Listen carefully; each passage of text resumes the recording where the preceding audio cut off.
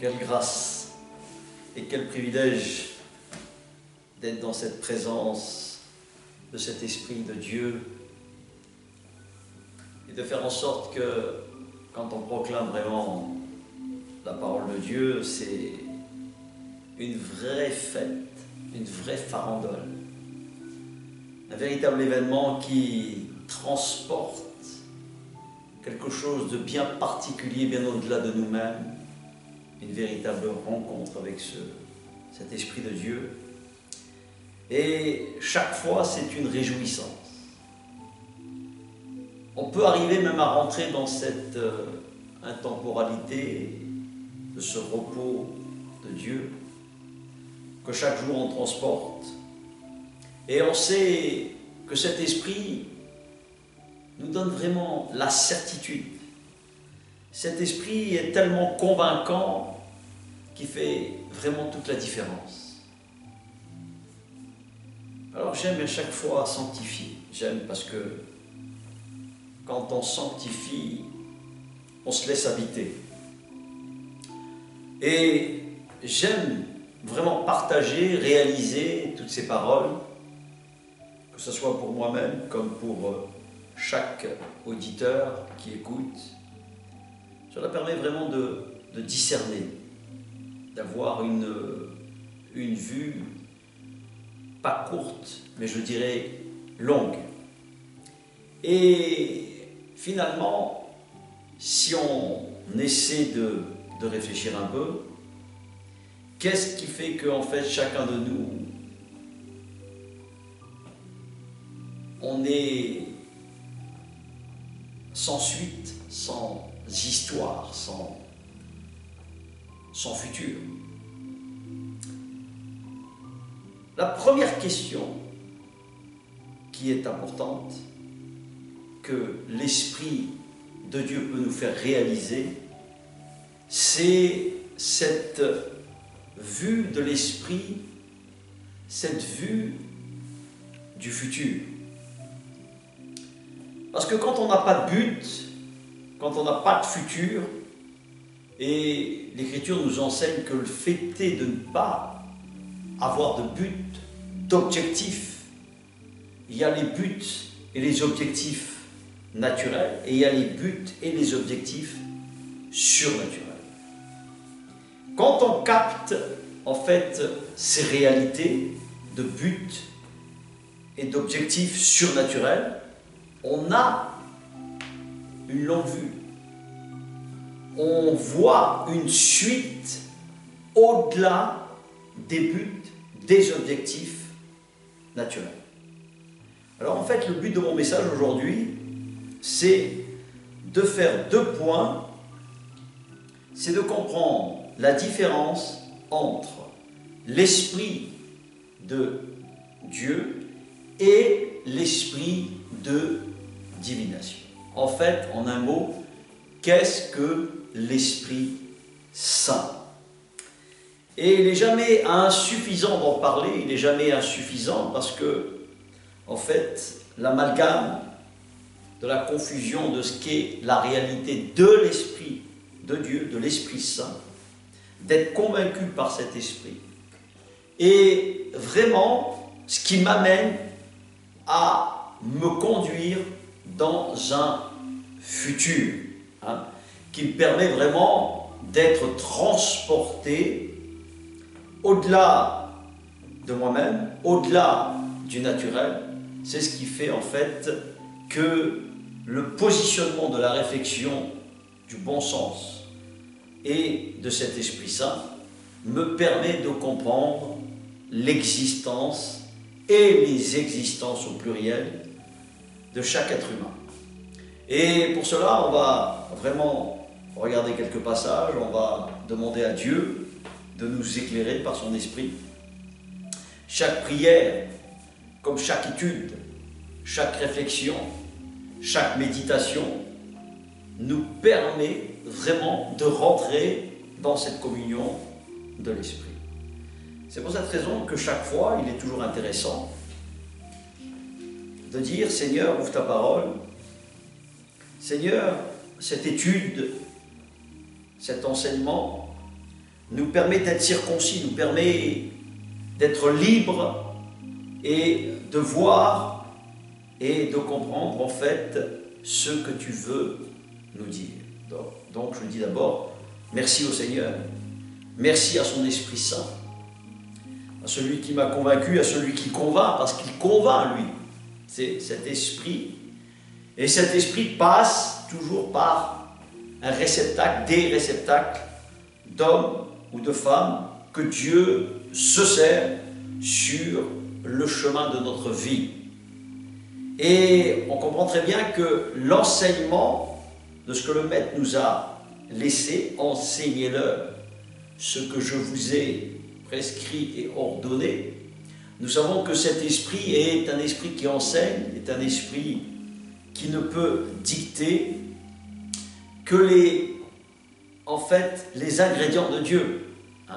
On doit vraiment comprendre que nous devons vraiment être remplis de cette parole pour pouvoir la transmettre, pour faire vivre la parole, faire vivre l'écriture. Alors, en fait, je vais vraiment, comme je viens de le dire, qu'est-ce qu'en fait l'Esprit de Dieu? Mon thème, il est basé, et j'ai été bien sûr convoqué par Dieu, convoqué par son Esprit. J'ai été retourné par le Seigneur lui-même, par Dieu lui-même, pour en fait remettre l'ordre de cet Esprit de Dieu et la différence entre l'Esprit de divination et l'Esprit de Dieu.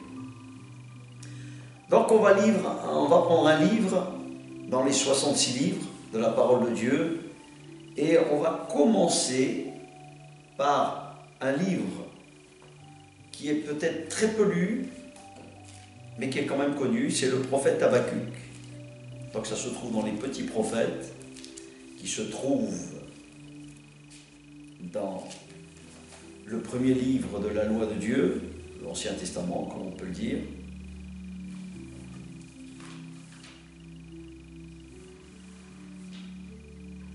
C'est un petit prophète, mais qui est quand même la parole de Dieu, qui est quand même Dieu qui parle à travers son prophète, comme on le dit à chaque fois. Et c'est toujours bon de rappeler ces choses, de se dire vraiment, voilà. Le prophète Habakkuk au chapitre 1, au verset 4.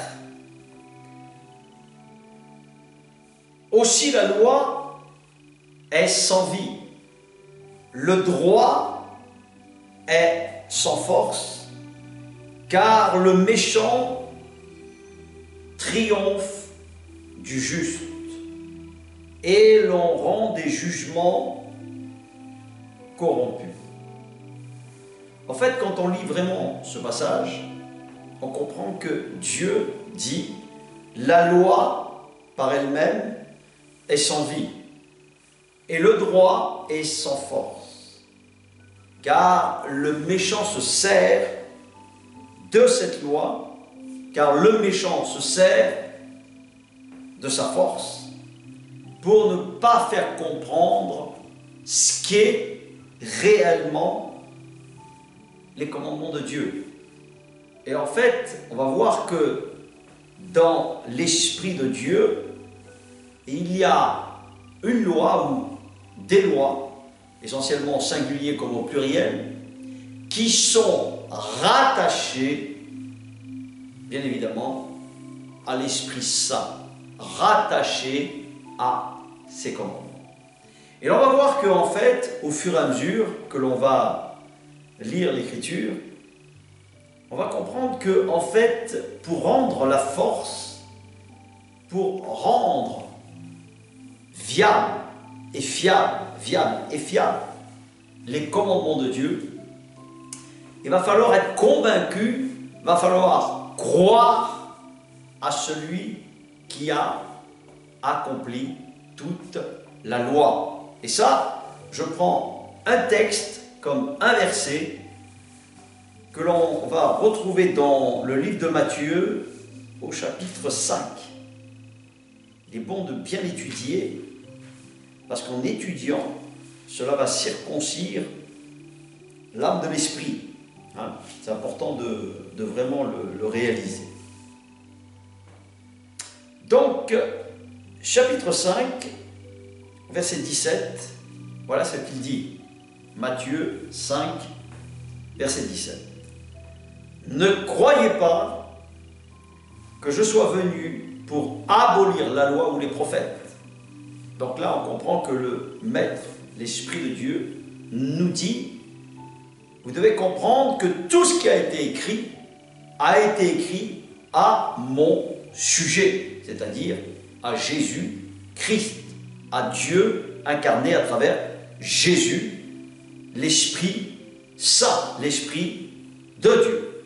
Et là, il dit, verset 18, « En effet, je vous le dis, en vérité, tant que le ciel et la terre n'auront pas disparu, pas une seule lettre, ni un seul trait de lettre ne disparaîtra de la loi avant que tout ne soit arrivé.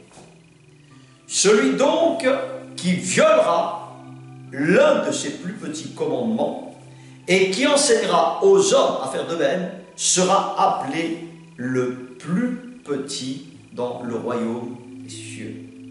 Mais celui qui les mettra en pratique et les enseignera aux autres, celui-là sera appelé grand dans le royaume des cieux. En effet, je vous le dis, si votre justice ne dépasse pas celle des spécialistes de la loi et des pharisiens, vous n'entrerez pas dans le royaume des cieux. Donc, en lisant deux textes, en lisant un verset dans un texte, dans un chapitre de Habakkuk et dans le chapitre de Matthieu, on voit que la définition de la loi, on voit que la définition de la droiture, de la justice, elle est sans force s'il n'y a pas un esprit qui permet de vivre la réalité de la justice de Dieu, c'est-à-dire des commandements pour être précis.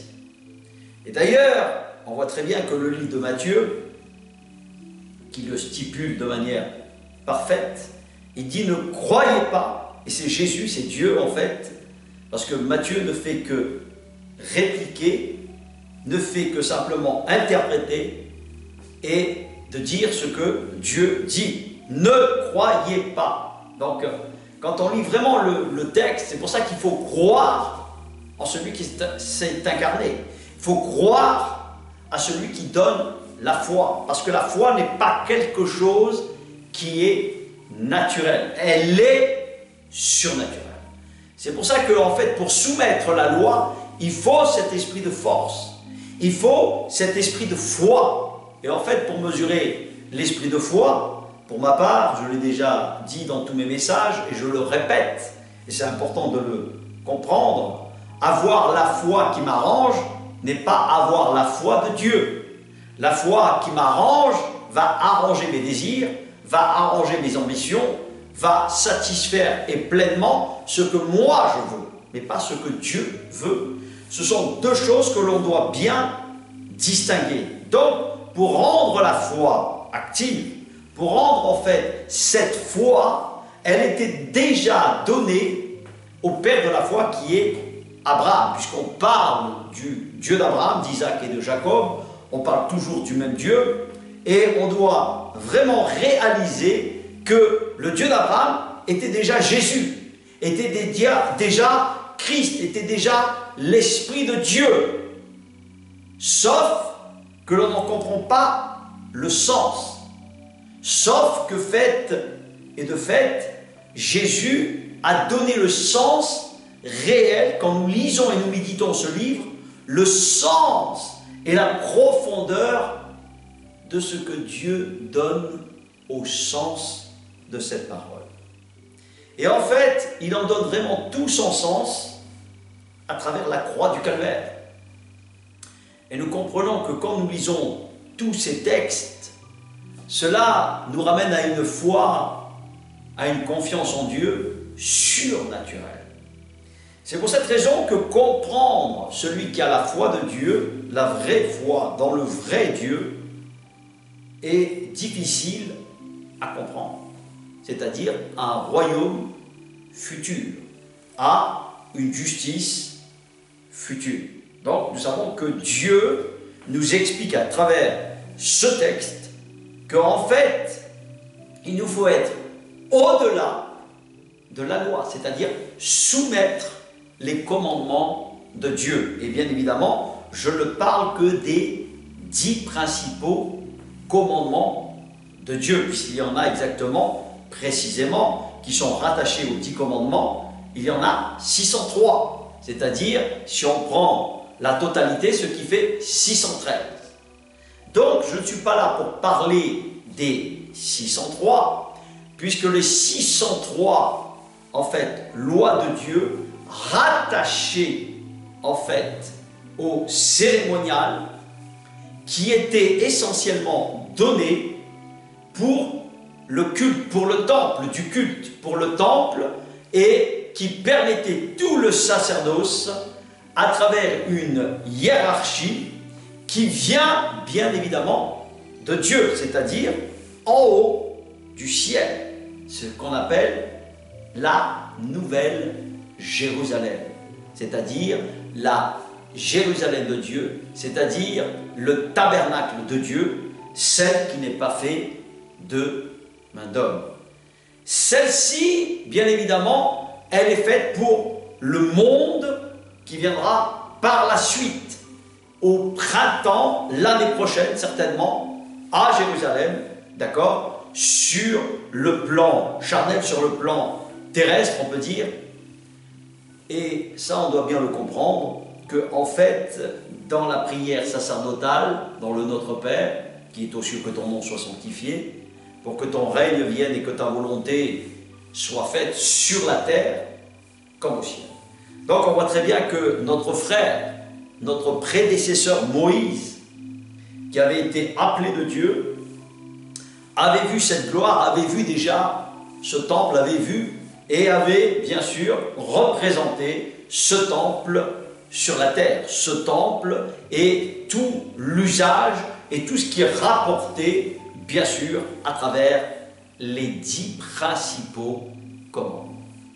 En fait, on n'est pas là pour dire il va falloir soustraire tous les êtres humains à ce qu'ils comprennent les 613 commandements.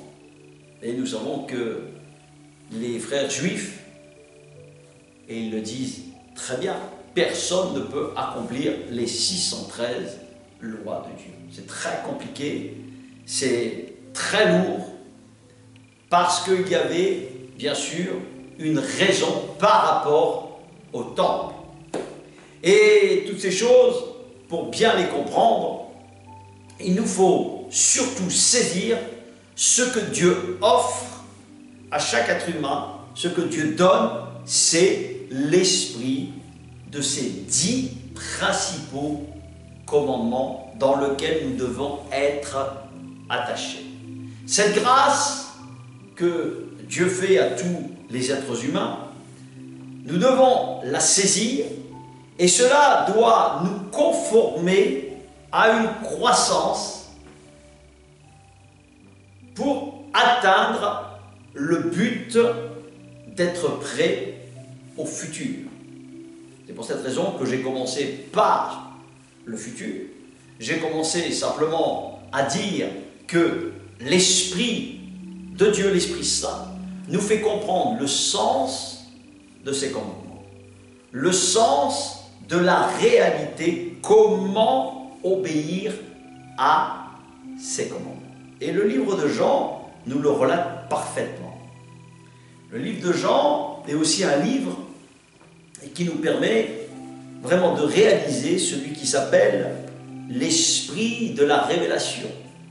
L'esprit qui a reçu en fait l'interprétation de la prophétie prophétique de ces temps que nous vivons, c'est-à-dire des temps d'aujourd'hui comme des temps de demain. Jean a été la révélation même de Christ.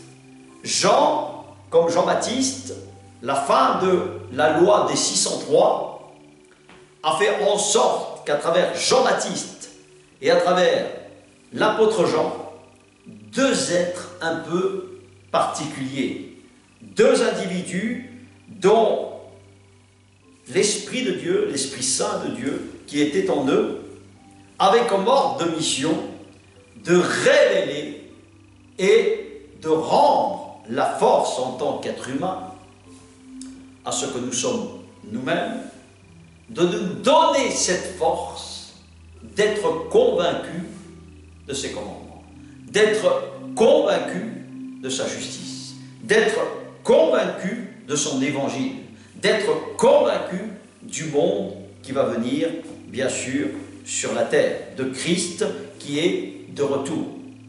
Et la raison pour laquelle, et nous devons surtout vraiment nous attacher, c'est que Jean nous dit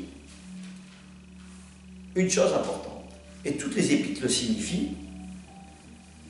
Nous avons dans la première épître de Jean, il dit au premier chapitre, voilà, premier chapitre de Jean,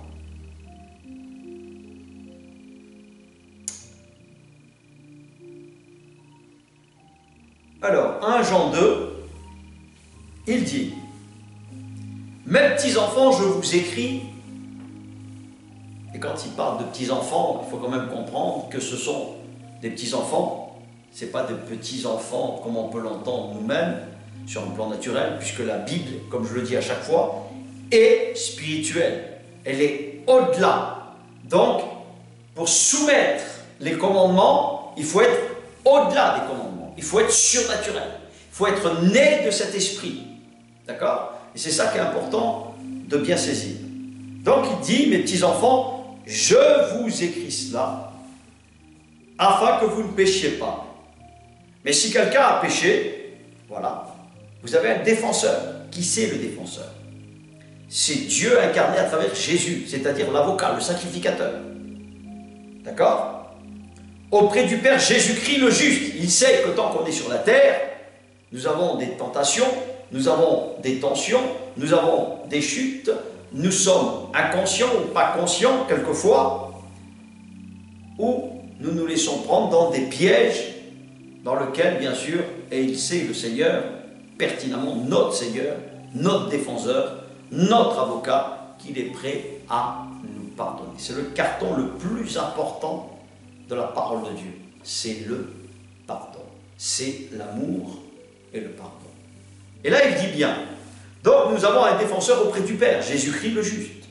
Voilà. C'est-à-dire, et je le dis encore une fois, le prototype idéal de la manière dont il nous a créés. Et il nous faut, en fait, comprendre que Jésus est celui que nous devons élever pour qu'on puisse être habité de cet esprit. D'où, en fait, le jour du Seigneur, le 7e jour du Seigneur, nous donne le sens de la réalité de ce repos.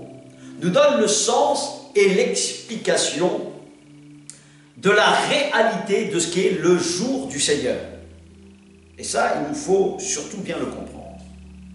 Donc il dit, il est lui-même la victime expiatoire pour nos péchés, et non seulement pour les nôtres, mais pour tous ceux du monde entier, donc pour tous. C'est-à-dire que l'évangile est pour tous. Et là il dit, verset 3, si tu écoutes bien, si nous gardons les commandements de Christ, nous savons par là que nous l'avons connu. Voilà. Si nous gardons les commandements de Christ, nous savons par là que nous l'avons connu. Celui qui prétend l'avoir connu, alors qu'il ne garde pas, encore une fois, ses commandements, est un menteur. Et bien évidemment, la vérité n'est pas en lui.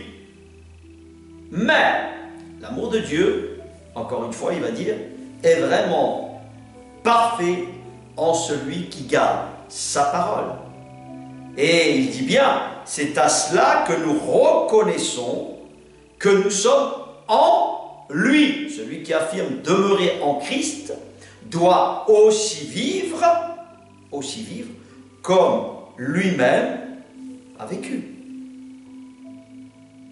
Donc, et il le dit, si tu lis le verset 7, il dit, frères et sœurs, ce n'est pas un commandement nouveau que je vous écris, mais un commandement ancien, celui que vous avez reçu depuis le début. Ce commandement ancien, il s'appelle l'ancien des jours. Donc c'est bien Dieu, donc ce n'est pas un commandement nouveau que d'aimer Dieu et d'aimer son prochain. Ce n'est pas un commandement ancien, c'est la parole que vous avez entendue dès le commencement. Voilà. Quand on lit vraiment le texte, tout s'éclaire, si en fait. Et là on voit et on comprend très bien que Dieu dit, verset 8, toutefois, c'est aussi un commandement nouveau que je vous écris. Sa nouveauté se vérifie en lui et en vous, car les ténèbres se dissipent et la vraie lumière brille. Le futur brille. Je vais prendre un autre passage, parce que ça confirme à chaque fois toutes les choses. Et c'est bien de vraiment les regarder au fur et à mesure. Et on va un peu plus loin dans la même épître, 1 Jean 5. Donc en Jean 5, au verset 3, voilà ce qu'il dit. En effet, l'amour envers Dieu consiste, voilà encore une fois, à respecter ses commandements.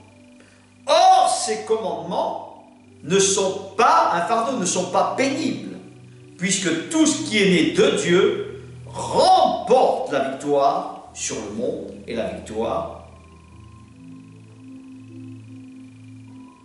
qui a triomphé du monde, c'est votre foi. Donc ça veut dire simplement la confiance en ces commandements. On ne peut pas en fait dire je suis habité de l'Esprit Saint si en fait on n'a pas compris la vraie signification de ces commandements. Et tout cela s'enseigne et s'apprend à l'Église. S'apprend bien évidemment à l'école de Dieu. S'apprend à l'hôpital de Dieu. Hôpital, école. Hôpital guérit, c'est-à-dire l'Esprit de Dieu nous guérit, et l'Esprit de Dieu nous instruit dans la communauté des saints, dans la communion de cet Esprit. Et c'est pour cette raison qu'il nous faut vraiment comprendre toutes ces choses au fur et à mesure. Parce que sans cet esprit de ces commandements, il n'y a pas d'Esprit Saint qui t'habite. Ce n'est pas possible. Pour y être habité, il faut surtout comprendre qu'il convainc de péché, de justice, d'équité et d'un jugement, bien sûr, après la mort. Après la mort qui vient la vraie vie de Dieu, dans lequel nous ressusciterons, nous comparaîtrons pour être jugés selon les œuvres de Dieu, selon le plan que je viens de te citer tout à l'heure, c'est-à-dire que les buts, les objectifs naturels, au même titre que les buts et les objectifs, les œuvres de Dieu ou les œuvres de ce monde, les œuvres de ton être égoïste, de ton être, en fait, qui ne pense qu'à satisfaire ses propres ambitions. Donc, quand on lit ces textes nous permettent vraiment les uns après les autres de comprendre si je suis vraiment habité de cet Esprit Saint, que je comprends la réalité et le sens de l'Esprit Saint qui me fait comprendre ces commandements, pour simplement soumettre les commandements de Dieu ne me sont pas pénibles. Et on doit bien les réfléchir, on doit bien les méditer, et nous devons toujours avoir cette prière: pour notre prochain, pour notre semblable, c'est-à-dire lui donner la vie de Dieu, lui donner l'Esprit de Dieu, lui permettre par la prière, par l'imposition des mains, la guérison et la délivrance de puissances mauvaises, aussi bien de la chair que de puissances mauvaises démoniaques. Et c'est pour cette raison que quand on est animé de cet esprit, d'ailleurs il y a un passage qui dit bien « L'amour bannit la crainte », car la crainte n'est pas dans l'amour, car elle est un sujet, bien sûr, d'un châtiment. Et nous devons vraiment réaliser que la foi de Dieu sauve. La foi, comme je le dis souvent, de la divination ne sauve pas de pair. Donc il est essentiel d'embrasser la bonne doctrine, comme je dis très souvent, de Dieu pour triompher, pour donner la force, comme je viens de le citer dans le livre d'Habakkuk, ok? Donc on sait très bien que la loi sans l'esprit et la justice sans l'esprit, les commandements sans l'esprit, il n'y a pas, bien évidemment, l'habitation de l'Esprit Saint. Et pour comprendre ces choses-là, nous comprenons que le diable est le chaos, le diable est le contraire de simplement de la justice, le diable est le contraire de se soumettre, parce que le diable ne se soumet pas. Le diable est imbu de sa personne, le diable est orgueilleux de sa personne, le diable, par définition, est rebelle, et nous savons que toutes ces résistances le conduiront, bien sûr, à être jugé, et comme nous le savons, par les temps de feu qui lui est préparé et réservé. C'est pour cette raison qu'aujourd'hui, dans ce bas monde, il y a un tel acharnement du mal qui se met et qui se mouvoie sous toutes ses formes, et qui fait bien évidemment toute la différence en comparaison avec l'Esprit de Dieu. Donc tous ces passages que je viens de te donner vont te permettre surtout de bien les réfléchir. C'est pour cette raison que quand il arrive quoi que ce soit dans la vie, dans tous les domaines on peut dire, que ce soit moral, spirituel, physique, financier, toujours se remettre en question, comme la parole de Dieu nous le stipule. Quand il t'arrive quelque chose, réfléchis. De réfléchir l'ordre, de réfléchir la position où j'en suis dans ma croissance avec Dieu. Donc on est, comme je le dis très souvent, un bébé spirituel, on devient un enfant spirituel. Quand on parle, quand je viens de te citer dans l'épître de Jean, petits enfants, donc il les prévient. Donc on comprend que l'enseignement est capital, et l'enseignement doit être, pas dire parce que il a un nom de chrétien ou il a un nom je ne sais pas de quoi, que tu dois te fier. Non, il faut surtout que celui qui donne cette parole donne et communique à obéir à Dieu. C'est pour cette raison que l'écoute est capitale. Avant toute chose, on écoute d'abord ce que Dieu dit. On écoute. Et là, nous pouvons obéir et rendre la vie possible de Dieu à travers ta vie comme à travers la mienne, que si simplement on écoute. Et écouter le bon enseignement, ne pas être ensorcelé par des enseignements qui t'égarent ou qui te laissent statutaire, qui te laissent au statu quo. Donc c'est pour cette raison que pour mener et pour conduire une vie de foi à bon port, arriver surtout essentiellement à être parvenu et voir vraiment un Christ en toi comme en moi, est un travail. Un travail qui se résume en un mot, travailler, comme dit l'apôtre Paul, à votre salut, à celui qui est votre exemple. C'est pour cette raison que, en fait, dans toute l'Écriture, l'apôtre Paul, comme tous ceux qui étaient en charge d'annoncer l'Évangile, avait vraiment à cœur de conduire le peuple de Dieu, l'ensemble du peuple de Dieu, l'ensemble de l'Église de Dieu, l'ensemble de la communion des frères et des sœurs, l'ensemble de la famille de Dieu, à devenir des vierges pures, c'est-à-dire à plaire et à obéir à ses commandements, leur expliquer le sens de ces commandements, expliquer la réalité du sens de son plan de salut. Donc quand nous lisons tous ces textes, on ne peut que comprendre que tout est dans l'Esprit Saint. Que si nous n'avons pas cet esprit, nous ne comprenons pas. Tout le langage que je te donne est pour toi obsolète ou étranger. Donc, il peut devenir en fait et te permettre d'avoir la compréhension des Saintes Écritures que si en fait tu crois ce que la parole de Dieu te donne. C'est-à-dire, Dieu et la parole font un. Dieu et son alliance et ses commandements font un. C'est pour cette raison qu'on ne peut pas dire autre chose en dehors de ce que Dieu nous dit. D'ailleurs, on voit très bien que si tu y réfléchis un tout petit peu, tu vas voir que dans le livre de Matthieu que je viens de te lire tout à l'heure, dans le chapitre 5, à partir du verset 17, c'est pour donner le sens, en fait, et Dieu le dit bien, je ne suis pas venu abolir, mais en donner son sens. D'accord? Parce qu'il est l'accomplissement de sa loi en s'y soumettant, comme le baptême d'eau.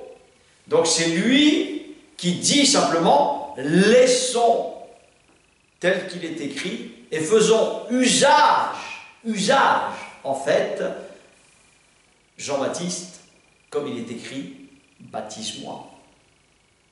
Donc, on voit très bien que Jean-Baptiste le dit.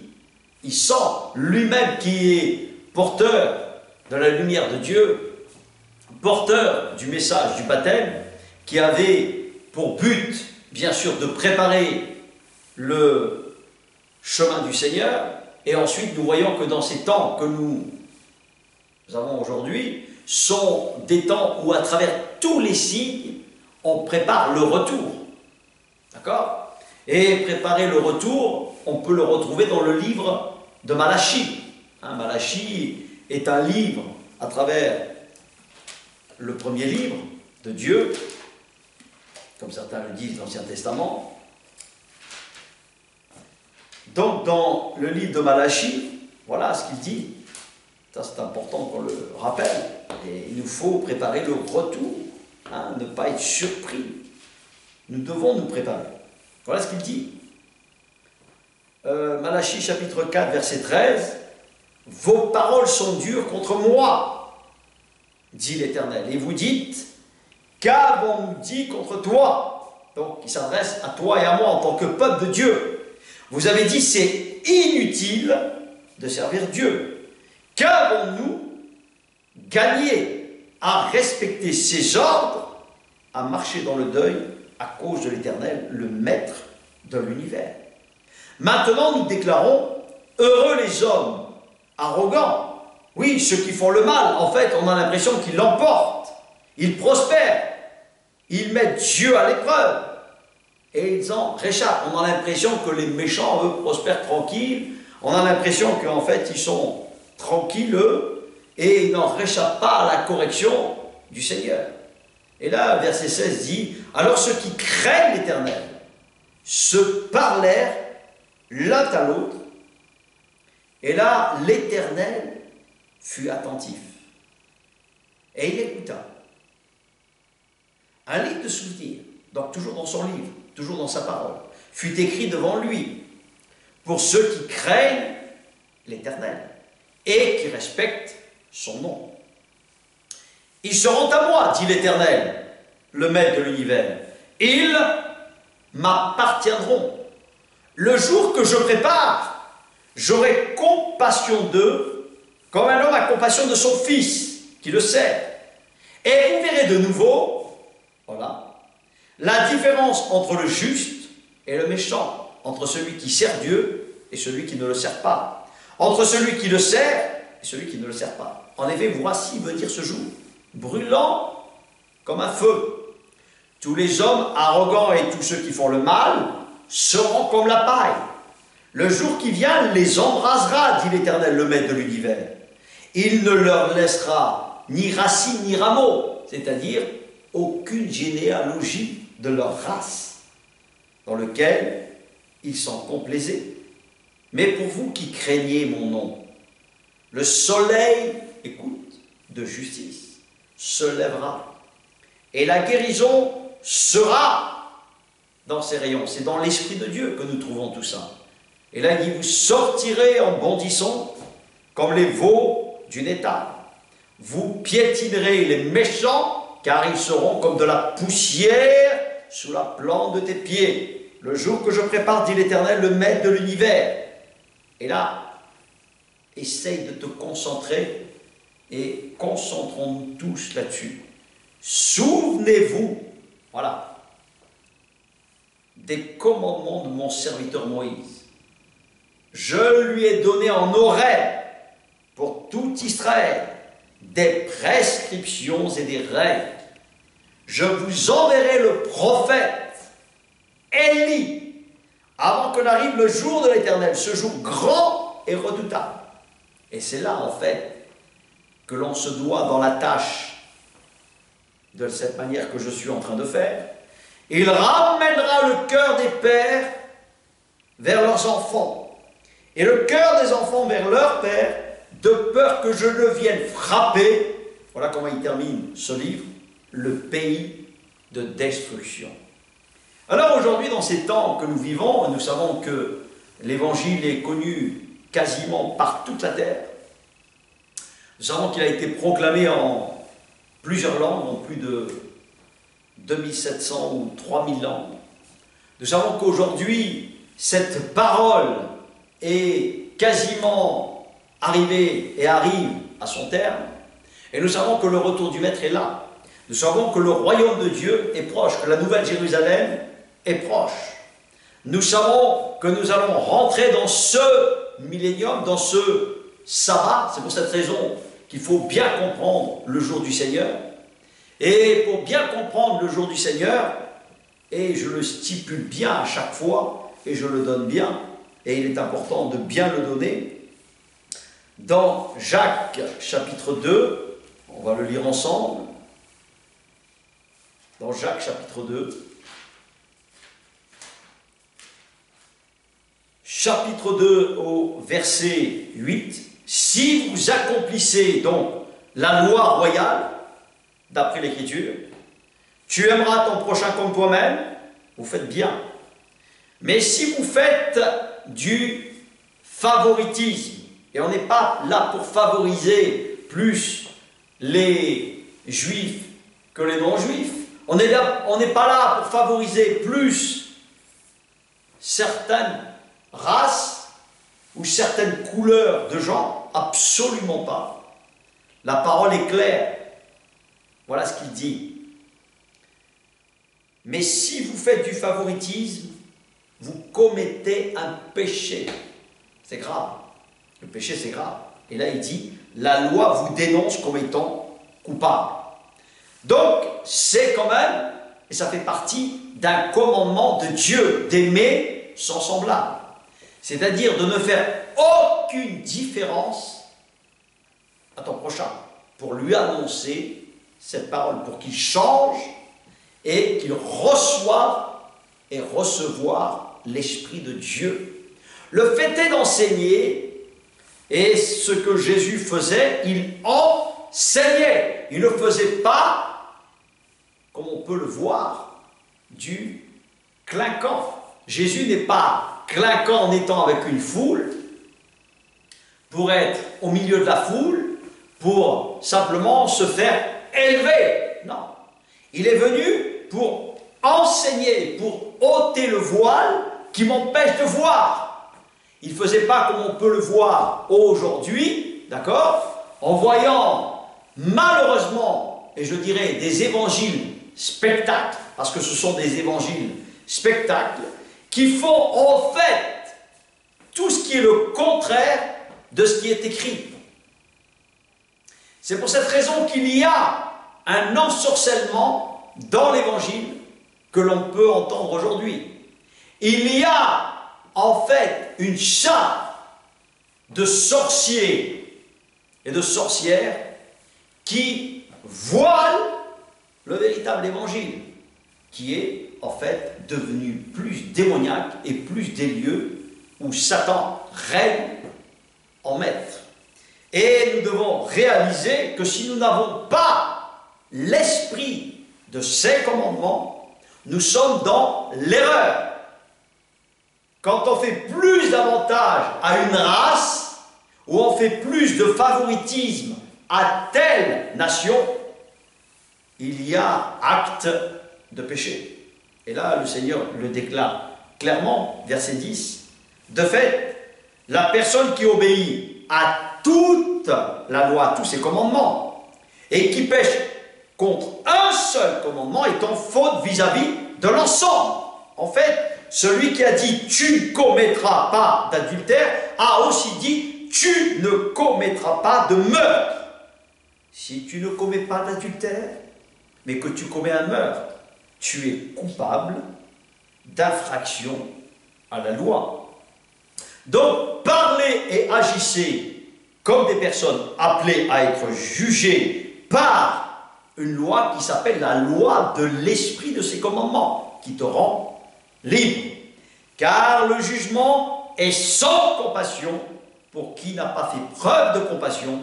La compassion de Dieu, comme la compassion vis-à-vis de ton frère ou de ta sœur ou de ton prochain, doit triompher pour lui éviter le jugement à venir. Et comme je l'ai dit tout à l'heure, afin que tu ne deviennes plus, que tu ne deviennes pas uniquement une personne qui a existé pour finir en poussière. Non, le but, c'est que tu ressuscites. Le but, c'est que tu reçois l'Esprit de Dieu. Le but, c'est que tu ne restes pas dans la position qui est la tienne, mais le but, c'est que tu deviennes vraiment un fils, un enfant d'abord, un bébé de Dieu, pour devenir un adulte de Dieu. Et en fait, pour revenir au livre d'Habakkuk, le livre d'Habakkuk, en fait, se retrouve dans l'épître de Jacques, à travers le verset, on regarde un peu ce qu'il dit, au verset, voilà, verset 26, donc dans le même livre de Jacques, chapitre 2, verset 26, il dit, en effet, de même que le corps, voilà, le corps sans esprit est mort, de même la foi sans les œuvres est morte. Donc on comprend que quand on obéit à ces commandements, on fait l'œuvre d'un véritable évangéliste de Dieu. On fait véritablement, en fait, la volonté de Dieu, en un mot. Et pour comprendre ce qu'est la volonté de Dieu, c'est le combat, premièrement, de moi, de mon moi, deuxièmement, de l'esprit du mal, et troisièmement, de tout ce que l'on peut voir à travers les 5 sens. Et c'est important, surtout de bien le comprendre, de bien le réaliser, car avoir l'esprit de ses commandements, c'est être baptisé d'Esprit Saint. La préfiguration qui est donnée à travers Jean-Baptiste le baptême d'eau, c'est-à-dire je comprends et j'ai conscience en m'engageant que je dois être baptisé de cet Esprit Saint et pas d'un esprit de divination, pas d'un faux Saint-Esprit. Et il nous faut vraiment réaliser que pour toi comme pour moi, comme pour chaque être, le plus important, la soif de l'amour comme de la justice de Dieu doit être capitale. Tu dois vraiment chérir ces choses-là et en les chérissant, tu vas les hâter. Il n'y a que comme cela qu'on peut les hâter. Il n'y a que comme cela qu'on peut vraiment réaliser l'Esprit Saint. Qui est habité de cet Esprit Saint et qui ne l'est pas. Donc, on voit très bien que Dieu nous explique toutes ces choses à travers les Saintes Écritures pour nous rendre intelligents et sages et surtout pour avoir du discernement, comprendre ce qu'il nous explique. Je vais te reprendre un autre livre dans le livre de Galates au chapitre 3. Chapitre 3 aux Galates, c'est après les livres des Corinthiens. Bien que tu vérifies, j'espère, que tu vérifies chez toi tout ce que je dis. C'est important que tu les vérifies, les choses.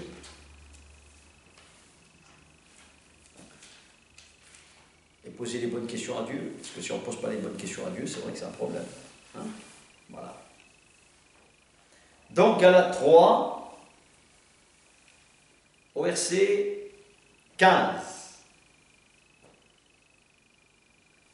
Frères et sœurs, je parle ici selon les règles humaines. Et il prend un exemple. Quand un testament est établi par un homme, personne ne peut l'annuler et ni même ajouter autre chose. Or, les promesses, et c'est quoi les promesses? C'est d'obéir à ses commandements, ont été faites à Abraham, donc le père de la foi, et à sa descendance. Et il n'est pas dit « et aux descendances », comme s'il s'agissait de plusieurs. Mais c'est d'une seule qu'il s'agit, à ta descendance. Ceux qui veulent ressembler à Christ. Ceux qui ont un sauveur, qui ont un maître et qui ont un roi et seigneur. Seigneur et roi, pardon. C'est-à-dire à Christ. Verset 17. Voici ce que je veux dire. Un testament que Dieu a établi, la loi survenue 430 ans plus tard, ne peut l'annuler et rendre ainsi la promesse sans effet. En effet, si l'héritage venait, voilà, on y revient, de la loi, il ne viendrait plus de la promesse. Or, c'est par une promesse que Dieu a accordé sa grâce à Abraham, le père de la foi, parce que déjà, il croyait à ses commandements, alors qu'il ne les avait pas reçus par Moïse, puisque Moïse est né bien après Abraham. Et l'on voit très bien, et parfaitement comme il est expliqué, que pour comprendre le sens de ces commandements, le père de la foi, et ça tu le retrouves dans Genèse, voilà, et là tu le retrouves bien, c'est bien écrit, Genèse 28, il me semble, non, 26, pardon, Genèse 26, au verset 5, Genèse 26, verset 5, parce qu'Abraham m'a obéi et qu'il a respecté mes ordres et mes commandements, mes prescriptions et mes lois. Voilà.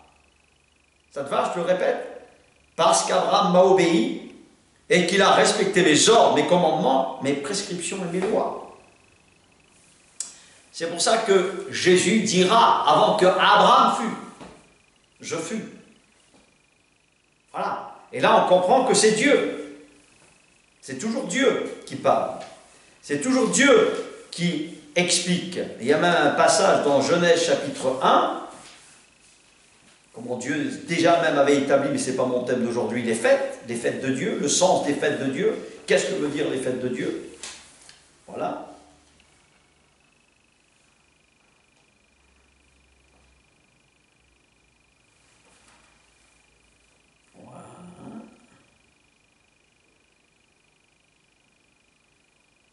Voilà. Genèse chapitre 1, verset 14, Dieu dit qu'il y ait des luminaires dans l'étendue du ciel pour séparer le jour de la nuit. Ils serviront, voilà, de signes, retiens bien ça, pour marquer les époques, les jours et les fêtes. Voilà. C'est le 4e commandement. Dans ce 4e commandement, on retrouve le 7e jour aussi, que Dieu a sanctifié, entre le 4e et le 7e commandement. le septième jour, pardon, le jour du Seigneur. Et là, nous voyons très bien que Dieu nous ouvre l'intelligence. On continue à travers le verset 13 de Galates 3, pardon, donc pour le Père Abraham, au verset, c'est le verset, donc j'en étais où? Verset 19. Pourquoi donc la loi? Elle a été ajoutée ensuite à cause des transgressions, jusqu'à ce que vienne la descendance à qui la promesse avait été faite. Elle a été promulguée par des anges au moyen d'un médiateur. Un médiateur n'intervient pas quand il y a une seule partie. Or là, Dieu est seul. Et là, écoute bien ce qu'il dit. La loi est-elle donc contre les promesses de Dieu? Point d'interrogation. Réfléchis. Certainement pas. Si une loi qui puisse procurer la vie avait été donnée, la justice viendrait réellement de la loi. Donc tu vois que la loi n'a rien à voir. Mais il va falloir souffler, donner le orma, l'olam, la vraie vie et le vrai baptême de l'Esprit. Le baptême du Saint-Esprit, le baptême de l'Esprit Saint. Et là, regardez ce qu'il dit. La justice viendrait réellement de... Mais l'Écriture a déclaré le monde entier prisonnier du péché, afin que ceux qui avaient été promis soient accordés par la foi en Jésus-Christ à ceux qui croient. Avant que la foi vienne, nous étions prisonniers sous la garde de la loi, en vue de la foi, sous la garde de la loi, en vue de la foi qui devait être révélée. Ainsi la loi a été le guide chargé de nous conduire à Christ, afin que nous soyons déclarés justes sur la base de la foi. Depuis que la foi est venue, nous ne sommes plus soumis à ce guide. Vous êtes tous fils de Dieu, par la foi en Jésus-Christ. En effet, vous tous qui êtes engagés dans le baptême en Christ, vous êtes tous revêtus de Christ.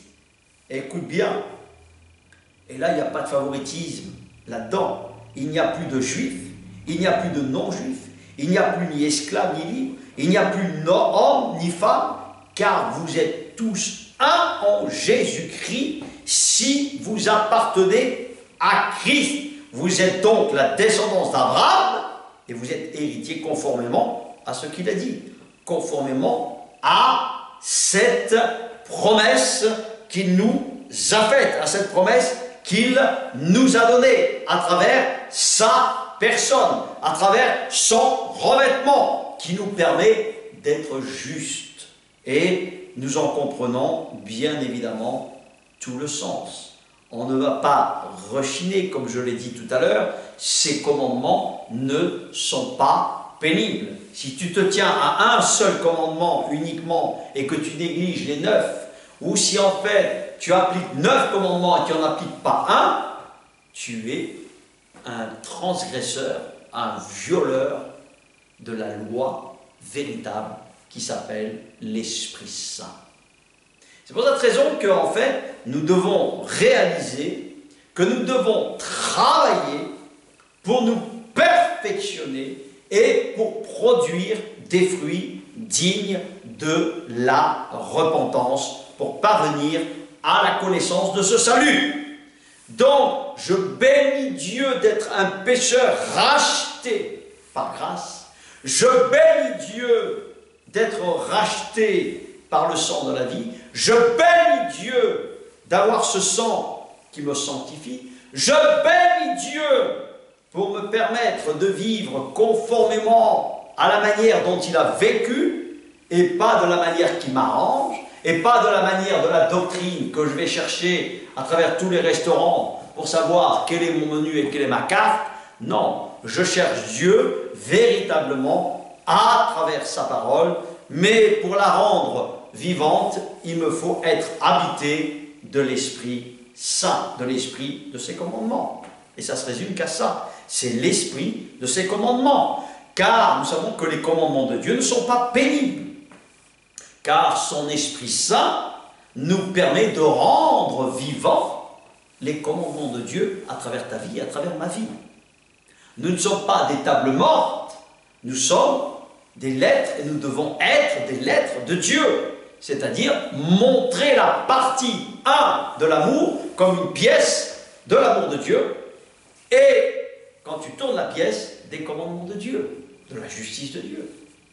Sans cela, nous ne sommes pas habités véritablement de l'Esprit Saint. Et que nous devons nous remettre en question devant la table du Seigneur. Nous devons vraiment réaliser quelle est ta volonté, Père. Mais nous devons être sincères quand nous lisons cette parole à travers tous les versets que je viens de donner. Alors c'est à toi de les examiner les uns après les autres, et à toi de bien les vérifier quand je les donne, et tu vas voir comment Dieu vraiment parle. Donc je vais te finir avec l'évangile de Jean. Évangile de Jean, chapitre 7. Évangile de Jean, chapitre 7.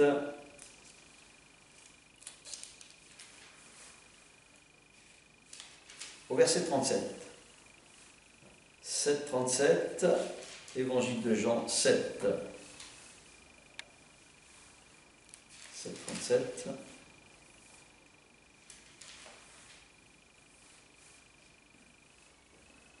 Jésus dit, donc Dieu dit, l'Esprit de Dieu dit, le Saint-Esprit dit, je suis encore avec vous pour un peu de temps, mais je m'en vais vers celui qui m'a envoyé. Vous me chercherez et vous ne me trouverez pas. Et là où je serai, vous ne pouvez pas venir. Donc on peut dire, les Juifs se dirent alors entre eux, où ira-t-il pour que nous ne le trouvions pas? Ira-t-il chez ceux qui sont dispersés dans le reste du monde? Et enseignera-t-il les non-juifs? Voilà. Donc déjà, quand on favorise et on veut garder uniquement la parole de Dieu, les commandements de Dieu que pour nous, déjà, on se favorise que pour nous. Ce n'est pas que pour nous. C'est pour notre prochain, pour notre semblable. Que signifie cette parole qu'il a dite? Vous me chercherez et vous ne me trouverez pas. Tellement d'interrogations. Et là où je serai, vous ne pouvez pas venir. Le dernier jour, le grand jour de la fête, voilà, il est soumis à ces fêtes. Et ça, ce n'est pas mon thème, j'en ferai un de thèmes là-dessus sur la fête de Dieu, sur les fêtes de Dieu. Jésus debout s'écria, si quelqu'un a soif, qu'il vienne à moi et qu'il boive. Celui qui croit en moi, des fleuves d'eau vive couleront de lui, comme l'a dit l'Écriture. Il dit cela à propos, voilà, de l'Esprit que devaient recevoir ceux qui croiraient en lui. La vraie foi de Jésus, la vraie foi de Dieu. C'est cela qui nous distingue. C'est cela qui nous permet d'obéir. C'est cela qui nous permet de dire « Je suis attesté et baptisé de Dieu ». Et là, il dit bien, comme le dit l'Écriture, il dit cela à propos de l'Esprit que devaient recevoir ceux qui croiraient en lui. En effet, l'Esprit Saint n'avait pas encore été donné parce que Jésus n'avait pas encore été élevé dans sa gloire, c'est-à-dire retourné à son poste. Pour nous permettre à chacun de nous d'être rachetés à toute l'humanité, de connaître cet esprit. De connaître cet esprit qui nous permet vraiment d'obéir, qui nous permet vraiment d'avoir cette soif du futur royaume de Dieu, où il n'y aura plus ni mal, ni souffrance, ni mort, ni violence, ni haine, ni rancœur, ni contentieux, etc., etc., etc. C'est pour cette raison que, en fait, le véritable évangile de Dieu doit être dans cet esprit de ses commandements. Il ne suffit pas de dire « c'est pas bien de faire cela, ce n'est pas très chrétien de faire cela », cela ne veut rien dire du tout. Tu peux parler jusqu'à demain comme cela à tes frères ou à tes sœurs ou à tes contemporains, s'ils ne sont pas habités, convaincus de cet Esprit Saint, il n'y a rien qui peut se faire. Donc ma prière, pour terminer, est que simplement, quand je te lis tout cela, et je le dis vraiment pour chaque auditeur comme pour chaque auditrice, masculin ou féminin, pour tout un chacun, de vraiment être conscient de ce que je viens de te dire. Être conscient que l'Esprit Saint habite dans un corps quand on est convaincu de Jésus, quand on est convaincu de ce Jésus qui s'est incarné, de ce Jésus qui a pris nos péchés, qui a pris nos fautes. Et nous comprenons que toutes ces choses vont amener à la vraie foi de Jésus, pas la foi de la compétition, pas à la foi en disant j'ai plus la foi que toi, tatati. Non, il n'y a qu'une foi, sans distinction et sans favoritisme. Cette foi, elle est pour tous. Cette foi, simplement, plus on lui fait confiance, et plus cette foi grandit en nous. Plus Jésus grandira en nous. Plus Jésus croîtra, et plus nous diminuerons. Et plus nous comprendrons surtout le sens de la croix du calvaire. Et se rappeler de la croix du calvaire, c'est qu'en fait, il l'a fait pour toi, il l'a fait pour moi. Qu'il n'y a aucune différence entre toi et moi. Et que simplement, nous devons réaliser vraiment le poids du cœur de Dieu. Le poids du cœur de Dieu, c'est vraiment avoir son fardeau, c'est que tous les êtres humains puissent parvenir à la connaissance de ce Seigneur, à la connaissance de ses commandements. Et vraiment, chérir ces choses-là doivent être notre priorité. Le psaume 119 aussi que je t'invite à lire, à relire sans cesse. Et tu vas comprendre que, en fait, ces statuts, ces commandements sont pour moi vraiment du miel. C'est pour cette raison qu'au début, certainement, et je le crois, que ça sera amer. Parce que être convaincu de péché, être convaincu que nous sommes rien, même si nous croyons en fait avoir fait le bien, malheureusement, et heureusement, je dirais bien, ça évite l'esprit de compétition, l'esprit d'orgueil, l'esprit qui nous permet de nous comparer, de la comparaison, qui est un esprit plus que diabolique.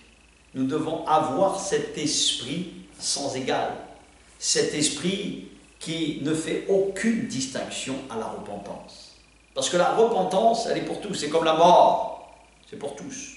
La mort et la repentance, je l'assimile exactement de la même manière. Jésus l'assimile de la même manière. Nous sommes tous destinés à mourir et de ne pas avoir la vie éternelle si nous ne croyons pas en Jésus et en ses commandes.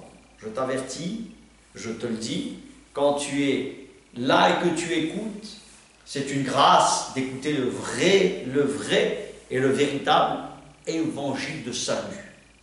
Pas le faux, pas celui qui ensorcelle, qui te laisse loin de ses commandements, qui te dit crois au Seigneur Jésus et tu seras sauvé toi et ta famille. Et tu vis comme tu veux. Non. Quand on croit au Seigneur, comme je viens de te le lire dans le livre de Jacques, un corps sans souffle, c'est un corps qui est mort. Et en fait, tu as compris que la loi qui est sans l'Esprit de Dieu, sans les commandements de Dieu, la loi ne prend pas et elle n'est pas effective. Je te bénis, je te loue, Seigneur, de ce que tu donnes la vie à chacun et à chacune. Pour moi-même comme pour mes auditeurs, Seigneur, qui écoutent ta parole. Que moi-même déjà, je ne sois pas disqualifié pour permettre, Seigneur, à mes auditeurs et à mes auditrices, de les qualifier de la même manière par ta parole. Ta prière, c'est que simplement, Père, nous soyons dans ta prière. Ta prière, Père, c'est que nous restions dans cette prière, pour que tous parviennent à la connaissance de ton salut merveilleux. Que tous parviennent à la connaissance d'obéir à ton Esprit Saint, d'obéir. Combat par ce jour que tu permets. Combat par cette parole qui est proclamée. Combat, combat, combat, combat. C'est ton but, c'est ton travail. C'est toi qui le fais. Je te dis merci par avance. Toi, notre Amen. Toi, notre Alpha. Et toi, notre Oméga. Sois béni et élevé, Seigneur, toi le glorieux. Amen, Amen et Amen.